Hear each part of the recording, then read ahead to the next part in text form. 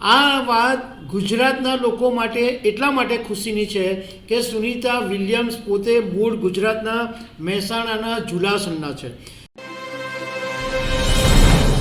નમસ્કાર. ભારતના અને ખાસ કરીને ગુજરાતના લોકો માટે એક ખુશીના સમાચાર એ સામે આવ્યા છે કે છેલ્લા 9 મહિનાથી અવકાશમાં ઇન્ટરનેશનલ સ્પેસ સ્ટેશનમાં ફસાયેલા અવકાશયાત્રી સુનિતા વિલિયમ્સ અને એમના સાથી બુચ વિલ્મોર પૃથ્વી પર પાછા આવી શકે એનો માર્ગ હવે મોકળો થઈ ગયો છે. કારણ કે એક જે સ્પેસ ક્રાફ્ટ છે એ ત્યાં પહોંચી ગયું છે અને હવે 19 માર્ચે સુનિતા વિલિયમ્સ ધરતી પર આવી જશે.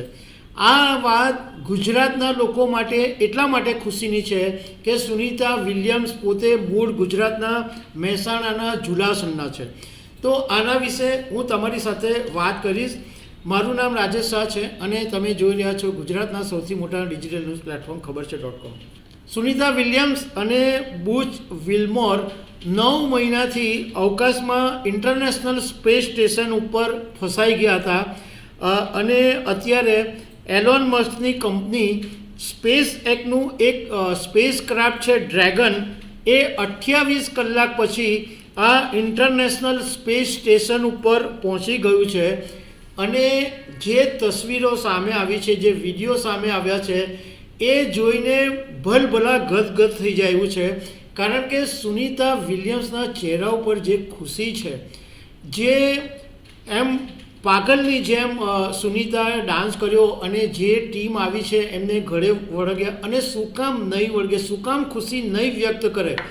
9 મહિના સુધી અવકાશની અંદર કે જ્યાં કશું જ તમારી પાસે નહીં હોય, દિવાલો મતલબમાં એક ખાલી 2 વ્યક્તિઓ ખાલી જોયા જવાનું અને એવી પરિસ્થિતિમાં કે જ્યાં તમને રેડિયેશનનો સામનો કરવો, ઝીરો ગ્રેવિટીમાં રહેવાનું હોય, એવા સંજોગોની અંદર 9 મહિના રહ્યા પછી જ્યારે તમને કોઈ લેવા આવે તો ખુશી તો રહેવાની. અને આ ખુશી જે છે એ સુનિતા વિલિયમ્સના ચહેરા ઉપર ભારોભાર જોવા મળી, ઇવન બુચ વિલ્મોરના ચહેરા પર બી. હવે આ ગુજરાત માટે એટલા માટે મહત્ત્વની વાત છે કે સુનિતા વિલિયમ્સના પિતા અને દાદા મહેસાણાના જુલાસણમાં રહેતા હતા અને જ્યારે આ જુલાસણની અંદર જ્યારે સુનિતા સ્પેસની અંદર ફસાવાના સમાચાર સામે આવેલા ત્યારે આખા જુલાસણ ગામના લોકોએ પ્રાર્થના કરેલી અને ભગવાનના મંદિરે જઈને દીવા કરેલા હતા.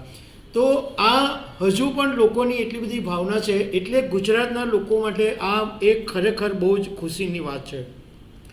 હવે આ જે એલન મસ્કની જે કંપની છે સ્પેસ એક્સ, એનું જે સ્પેસ ક્રાફ્ટ છે એ કેનેડી સ્પેસ સેન્ટરથી લોન્ચ કરવામાં આવ્યું અને ભારતીય સમય મુજબ શનિવારે વહેલી સવારના 4:30 વાગ્યે આ સ્પેસ ક્રાફ્ટ ઉડેલું હતું અને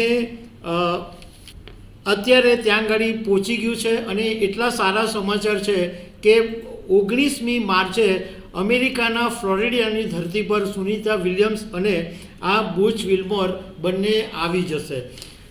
હવે તમને સાથે સાથે થોડી એ પણ માહિતી આપી દઉં કે સુનિતા વિલિયમ્સ અને બુચ બંને જૂન 2024માં એક બોઈંગ અને નાસાના જોઈન્ટ ક્રૂ ફ્લાઇટ ટેસ્ટ મિશનને માટે ગયા હતા, જેમાં સુનિતા પોતે સ્પેસ ક્રાફ્ટના પાયલોટ હતા અને બુચ હતા એ આ મિશનના લીડર હતા.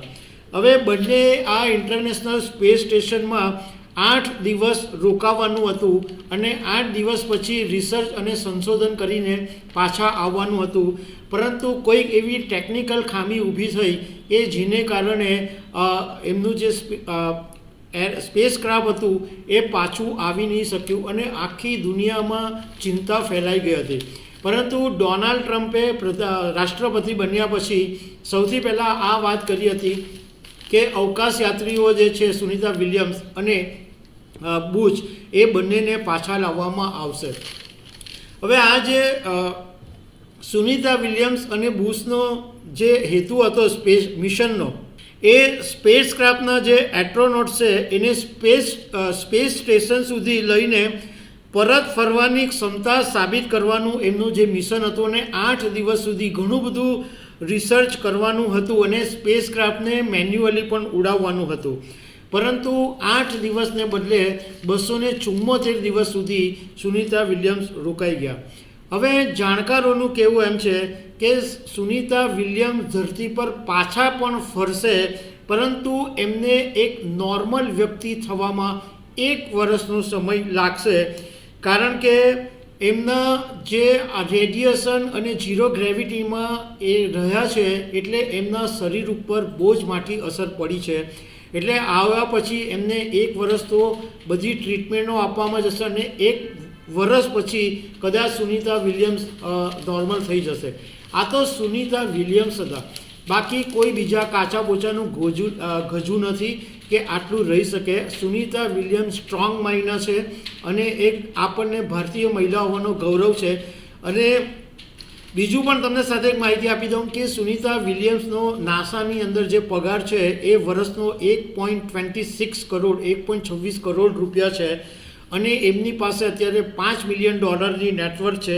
અને એમના જે પતિ છે માઇક વિલિયમ્સ એ હ્યુસ્ટનમાં રહે છે અને સુનિતા વિલિયમ્સની સાથે. એટલે બંને સાથે મળશે જ્યારે સુનિતા 19 માર્ચે ધરતી પર આવશે. તો દર્શક મિત્રો, આવી અનેક વાતો સાથે અમે તમને મળતા રહીશું. Thank you very much.